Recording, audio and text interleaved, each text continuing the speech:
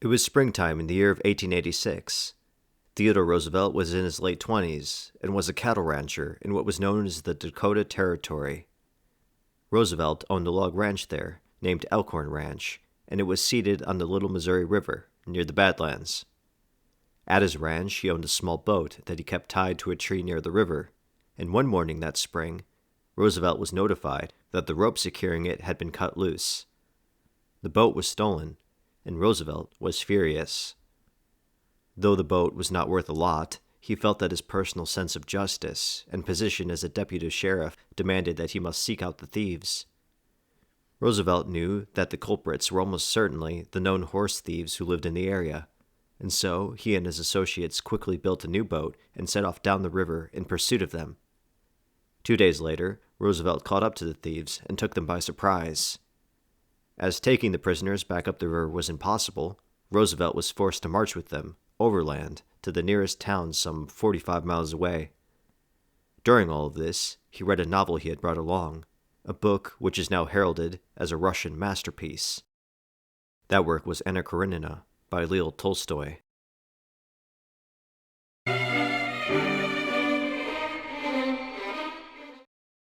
Hey guys, welcome back to the channel. Today we'll be discussing Theodore Roosevelt and his thoughts on Leo Tolstoy and on literature more broadly. I was perusing a book of his letters and found his commentaries and opinions on these subjects quite interesting and sometimes amusing. To my surprise, there is scant discussion on this topic online, so let us begin. So Anna Karenina, for those unfamiliar, is a book about family and marriage. It is centered around the scandalous affair of the title character, Anna Karenina. The novel often lands near the top of greatest book of all time lists. So what did Roosevelt think? Luckily, he did a book review in a letter to his sister a few days after turning the thieves in. Quote, "I took Anna Karenina along on the trip and have read it through with very great interest. I hardly know whether to call it a very bad book or not. Anna is portrayed as being a prey to the most violent passion and subject to melancholia, and her reasoning power is so unbalanced that she cannot possibly be described otherwise than as, in a certain sense, insane. Her character is curiously contradictory. Bad as she was, however, she was not to me nearly as repulsive as her brother Stiva." And in regard to Tolstoy, he said, "Tolstoy is a great writer. Do you notice how he never comments on the actions of his personages? He relates what they thought or did without any remark whatever as to whether it was good or bad, as Thucydides wrote history, a fact which tends to give his work an unmoral rather than an immoral tone, together with the sadness so characteristic of Russian writers." Roosevelt is saying that Tolstoy adopted a neutral narrative voice in Anna Karenina. He tells the reader what happens in the story without telling them how to think about what happened. Roosevelt's words here would be the kindest he had for Tolstoy. Every other mention for decades to come is increasingly negative. A couple of months after reading Anna Karenina, Roosevelt read War and Peace, Tolstoy's 1,200-page opus. He wrote another review to his other sister saying, "War and Peace, like all Tolstoy's work, is very strong and very interesting. The descriptions of the battles are excellent, but though with one or two good ideas underneath them. The criticisms of the commanders, especially of Napoleon, and of wars in general, are absurd. Moreover, when he criticizes battles and the iniquity of war in his capacity of author, he deprives himself of all excuse for the failure to criticize the various other immoralities he portrays. In Anna Karenina, he let each character, good or bad, speak for itself, and while he might better have shown some reprobation of evil, at least it could be alleged in answer that he simply narrated, putting the facts before us that we ourselves might judge them. But when he again and again spends pages in descanting on the wickedness and folly of war, and passes over other vices without a word of reproach, he certainly insofar acts as the apologist for the latter, and the general tone of the book does not seem to me to be in the least conducive to morality." Roosevelt, who thought periodic war was good for the soul of the nation and of the man, and that military strength was the greatest possible defense, appears to have taken offense to Tolstoy's explicit anti-war posturing in War and Peace. Roosevelt thought Tolstoy was a hypocrite and inconsistent because he morally grandstanded over war but said nothing about other immoralities in the book and in life. He is even suggesting that Tolstoy's criticism of some things, but not others, suggests an implicit approval of what he neglected to speak on. The broad takeaway here is that in literature, Roosevelt seems to think that the author must either be neutral on moral questions, or, if they choose to proselytize, it is immoral for them to do so on a few pet subjects and not on them all. Theodore Roosevelt's next comments on Tolstoy are my personal favorite. In 1904, as president, Roosevelt went on a rant about Tolstoy in yet another letter, developing along the lines of his earlier review of War and Peace, written almost 20 years before. The older I grow, the more profound is my disbelief in the hysterical and morbid type of reformer, and these two are Tolstoy's attitudes on many subjects. He sees the evils of unjust war and says what is of course true, that in any just war there are attendant evils. He could go further. You cannot build a railroad, you cannot clear or till a farm without doing some incidental damage. To declaim against all war as immoral is in itself as fundamentally immoral as to declare against all industry, because there is an immense amount of evil in most industrial enterprises. So he declaims against marriage because there are hideous evils attendant upon unregulated or twisted passion. I have always regarded his books, My Religion and the Kreutzer Sonata, as supplementary to one another. Okay, guys, this is the best part. The man has a diseased mind. He is not wholesome. He is not sane. And therefore, being prone to hysterical excess of a wicked kind, he atones for it by hysterical assault on the good qualities which can be abused into being bad qualities. Absolutely golden. Roosevelt just mentioned the Kreutzer Sonata there, which is one of Tolstoy's lesser-known and read works. Nevertheless, it is controversial, even today. It was immediately censored in Russia when it was published, and it was even banned by the U.S. Post Office for a while. Plot-wise, the Kreutzer Sonata is about a man who killed his wife out of jealousy, but it is also a tract against the institution of marriage, and Tolstoy argues for general sexual abstinence in it.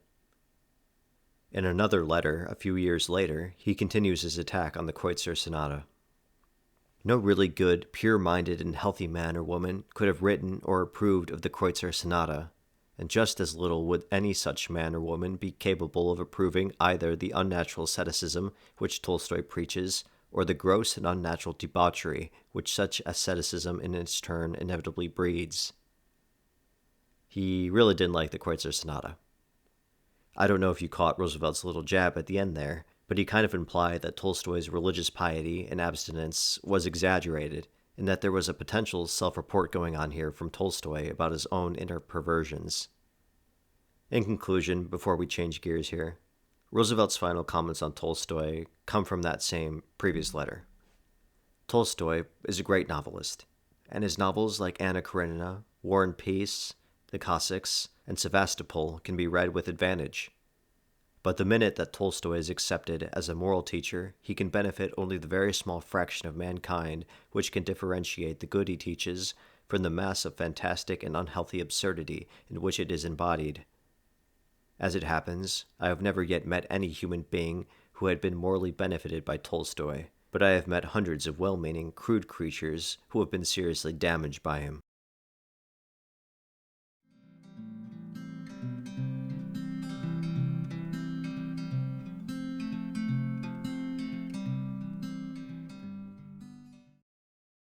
So what other kind of books did Theodore Roosevelt read? Fortunately, he compiled a list of the books he read during the first 2 years of his presidency that we can draw from. In his own words, he read parts of Herodotus, the first and seventh books of Thucydides, all of Polybius, a little of Plutarch, Sophocles' Seven Against Thebes, Euripides' Hippolytus and Bacchae, and Aristophanes' Frogs, parts of the Politics of Aristotle, all of these were in translation, Ridgway's Early Age of Greece, Wheeler's Life of Alexander, and some 6 volumes of Mahaffy's Studies of the Greek World, the Memoirs of Marbeau, Bain's Life of Charles XII, Mahan's Types of Naval Officers, some of Macaulay's essays, 3 or 4 volumes of Gibbon, and 3 or 4 chapters of Motley, the battles in Carlyle's Frederick the Great, Hale Nicolay's Lincoln, and the 2 volumes of Lincoln's speeches and writings. These I have not only read through, but have read parts of them again and again. As for Shakespeare, he read Macbeth, Twelfth Night, Henry IV, Henry V, Richard II, and he also read Mark Twain's Tom Sawyer, Pickwick Papers, Nicholas Nickleby, Vanity Fair, Pendennis, The Newcomes, Adventures of Philip, Conan Doyle's White Company. Okay, these are getting obscure now. White Company? What's that, like Kohl's or something? Anyways, believe it or not, all that we just went through is about a third of his total reading list. But what can we learn from it? Well, it is obvious that Roosevelt read widely. He read history, literature, and plays spanning from the ancient Greek world to his own day. Roosevelt is undeniably up there as one of the best-read presidents in U.S. history. His aggressive reading habits granted him a certain fluency in historical affairs, as well as a familiarity with cultural conventions, past and contemporary. He constantly challenged himself and made astute connections between the books he read and the world around him. That he heavily valued the literary style is evident in one of the most fascinating letters he ever wrote. In it, he asserts that, if not at the expense of truth and accuracy, historical and scientific works should be written in a literary style. One of the most foolish of modern attitudes is the attitude of the dry-as-dust person who says that history must henceforth be treated as a science and not as a literature, whereas, of course, the only great historians are also great literary men, and any historian who is not such is merely the gatherer of bricks and stones which may someday be used by the master architect. Such a man does good work and is entitled to praise, but he in no shape or way comes in the class with Gibbon and Macaulay, Tacitus and Thucydides. And it is in this last class that the great historian of the future, the really great historian, must come. So it is in scientific matters. We need that the greatest scientific book shall be one which scientific laymen can read, understand, and appreciate. The greatest scientific book will be a part of literature, as Darwin and Lucretius are. Great works of history and science are not dry, technical, or jargon-filled. The best of them double as works of literature. Such an argument is really forwarding two ends.